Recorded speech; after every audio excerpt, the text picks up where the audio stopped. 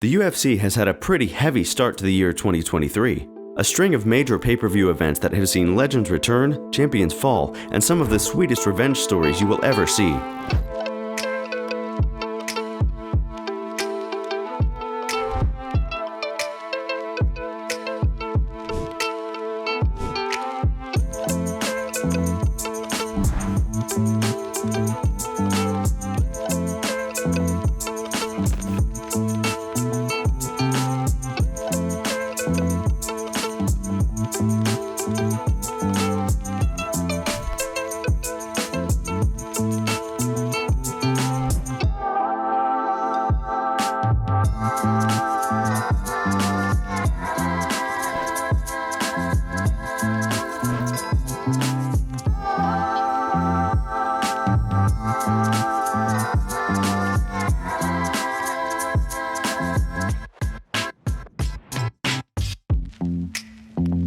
UFC 288 looks to continue that run with a main event that features the comeback of one of this era's defining stars, a former dual-weight world champion who never lost his belts inside the cage.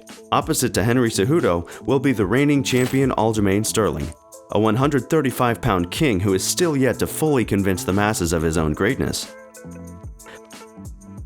The asterisks that have followed each of his last 3 appearances in the octagon have left many fans calling his reign a fluke or a sham. But before we dive into the scintillating bantamweight title fight sitting at the top of this card, let's first turn our attention to the co-main event. At first, the pivotal lightweight title eliminator between the former champion Charles Oliveira and the veteran Beneil Dariush seemed destined to serve as the second-to-last fight here. But when an injury to Do Bronx pushed this fight back a month, the UFC acted quickly and set up a bout that could well decide the next in line for a shot at welterweight gold instead. With Leon Edwards' grip on the divisional belt now tighter than ever, and the UFC trying and seemingly failing to convince him and the rest of the sport that Colby Covington deserves the fight, the stage is set for either Gilbert Burns or Belal Muhammed to step up and truly make a big statement for themselves. It's a fight that was thrown together pretty quickly to make sure that the public were properly enticed to hit buy on the pay-per-view. But what's interesting here is that instead of doing their usual shtick of just slapping an interim title on a fight and getting on with it, the promotion have opted to make this fight a 5-round non-title co-main event. And it really does help, because on paper, Gilbert Burns versus Belal Muhammed is a lot of fun, a fight that either man has the right to feel confident in. So how do they match up? Well, Belal has a style that is a very rough night out for a lot of fighters in the division. His volume, pressure-intensive approach to getting the win. It all makes a very frustrating fight for the majority of his adversaries. But what happens when he comes up against someone who has him beat in several key areas? Burns is of course a credentialed grappler, a former great of the BJJ circuit who even Khamzat Chimaev didn't feel comfortable taking down. On the feet, he will no doubt have the power advantage over Belal. And though 5-round stamina might be an interesting battle here, Muhammad is going to really have to get some respect from Gilbert here early. Cause looking at this fight on paper, it seems as though Burns is the one with all of the technical and physical advantages. But Belal is the type of fighter that can do everything very well. And his ability to mix it up and prolong a good performance across 25 minutes may well be the key here. The way we're talking, it might seem as though we're picking Burns by a landslide. But trust us, this fight is a lot more nuanced than that. And it being a 5-rounder really does push a lot of favor back to Belal.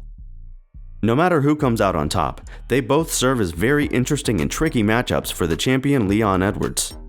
At this stage, if the UFC do manage to force a fight with Colby Covington through, the victor here might be forced to wait until the end of the year for their title shot. Make no mistake, this is a bout of a real significance to the welterweight division, and the stakes for both men here are very, very real. But once the co-main event is out of the way, we'll move on to one of the year's most eagerly anticipated bouts, a long-awaited return that somehow feels perfectly timed, a blockbuster fight for perhaps the most talent-rich division in the sport. A lot has happened in the 3 years since Henry Cejudo last set foot in the UFC octagon. In his own division, his old belt has passed from Petr Yan to Aljamain Sterling, and a string of fresh new contenders have found their way into the top 10. Where before, older guys like Dillashaw, Aldo, Cruz, Edgar, and even Faber were still hanging around, these guys have more or less been swept to one side, with Dvalishvili, Vera, Sandhagen, and O'Malley replacing them. This sport moves fast, but what has certainly happened as it relates to Cejudo himself is that people have really done a U-turn on him. Sure, most still find his trash talk cringy, but I think we all understand that it's totally intentional.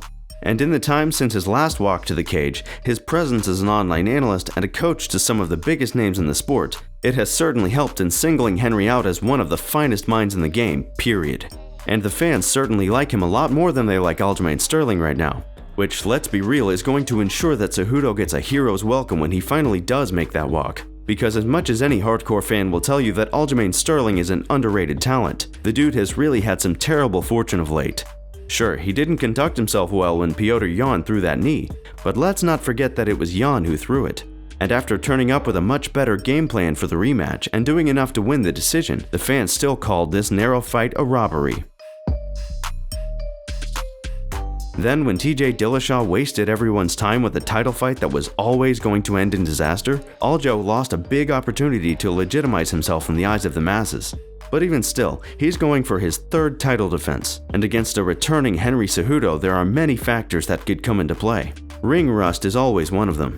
And while sure, Henry has been active behind the scenes, coaching and offering his guidance as part of some of the biggest possible camps, Sterling has been more active in recent times, and despite the numerous asterisks that make up his record, he is the one who has been improving inside the cage, the one who is truly making his presence felt in the sport. And if Cejudo does make his return in top shape, even still, the Funkmaster might just be a bad matchup. His height, length, versatility on the feet, and all the elements of his stellar approach on the mat, these things could well make Triple C's own game plan very difficult to implement. Sure, his wrestling is always going to be a problem for his opponents, and his own striking remains an excellent part of his approach. But Aljo has the defensive tools here to really disrupt Cejudo's game, in his own wrestling and grappling as well as his distance and long-range striking. But Henry has already proven himself to be a great fighter. He was the one who finally brought that long and heralded win streak of Demetrius Johnson to a crashing halt. And when things got really tough in there for him against Marlon Moraes, he dug deep, changed his game plan, and found a way to become a two-weight world champion. That's a level of greatness that can handle 3 years out of action. But it's hard not to get the sense that people are sleeping on Aljamain Sterling here. It has been a pattern that has existed ever since he first fought for UFC Gold. Make no mistake, folks, this is a bantamweight title fight of major significance, a potentially legacy-defining bout for both men that should produce one of the highest levels of MMA we'll see this year. Whether it will be the reigning champion or the returning king who gets the job done. Thankfully, we don't have long to wait until we find out. But that will just about do it for our UFC 288 breakdown. So how do you see these two 5-round fights playing out? And do you think that UFC 288 stacks up as an entire fight card when compared to the rest of 2023's offerings so far? Thank you for watching, and we'll see you in the next one.